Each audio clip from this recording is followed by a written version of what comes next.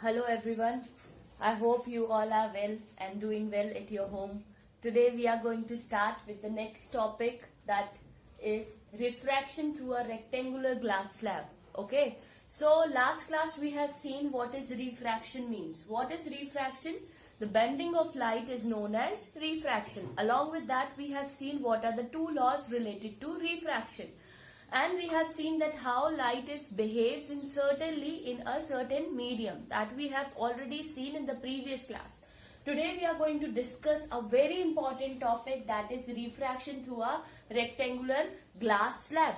Now the question comes, what is this rectangular glass slab?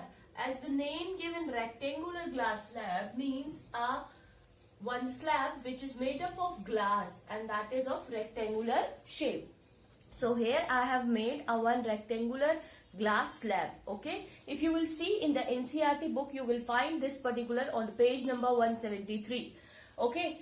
If possible, I am going to make a video related to the slab also, and that also I am going to update soon. Here if you will see what I have done in this, understand. When we take a glass slab, okay, and that glass slab we are going to place on a sheet of white paper.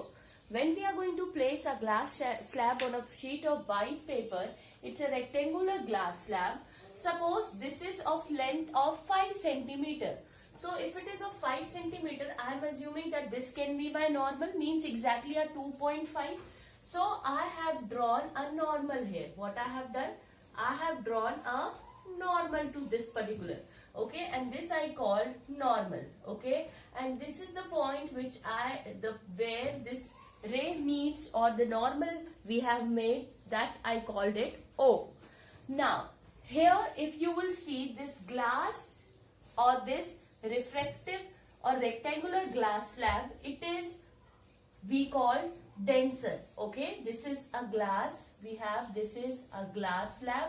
Okay, and here we have air, obviously, because the ray travels from a rarer to a denser medium. If you remember in the previous class, I have told you that when the ray travels from rarer to denser, where it will move bend towards the normal.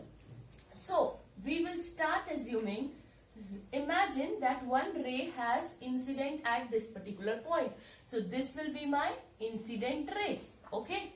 As the ray travels from rarer to denser medium, it will bend towards the normal. It will bend towards the normal. Okay. So this will be my refracted ray. Okay. Now what will happen?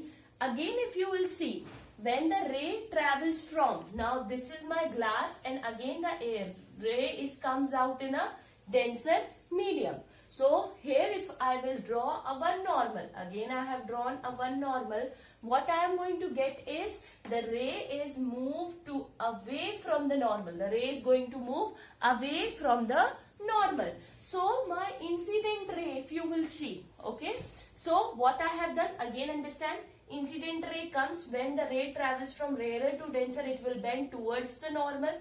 When the incident ray, okay, this incident ray can be, this refracted ray can be an incident ray when it comes out from denser to rarer medium. So it will move away from the normal. Okay. Now this angle is what we call emergent ray. What we call this angle? Emergent ray, because ray emerges out. Emerge आप समझते हो क्या होता है? Emerge means something जो कि बाहर आ रहा है. That is something which comes out. That is emerges out. So this ray is called the emergent ray. Imagine there is no slab. यहाँ कोई slab नहीं है. When there is no slab, what will happen? This ray of light have a nature to travel in a straight line.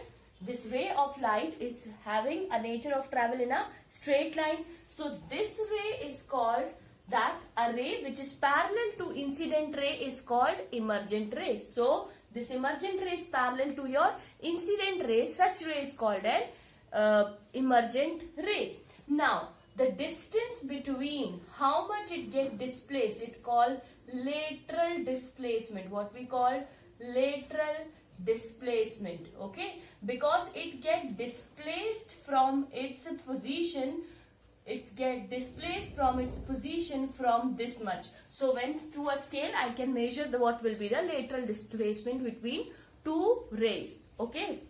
So here what we call emergent ray,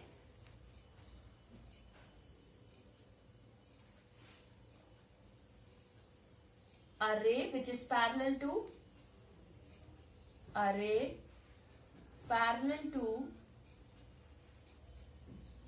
incident ray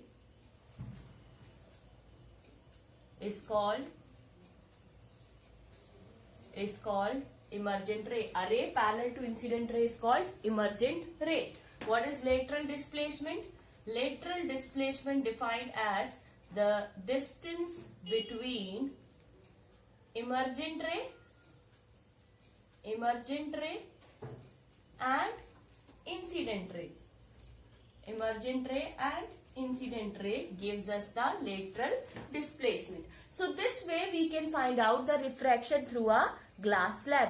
Practically what we used to do, we keep a glass slab over a white sheet. Here we are going to put two pins. That two pins we are going to see from here. So practically also we are going to perform when we are going to see in the coming classes. If possible, I will show the practical also. So this way we can understand the refraction through a rectangular glass slab. Okay, so I hope this is clear to you. Thank you.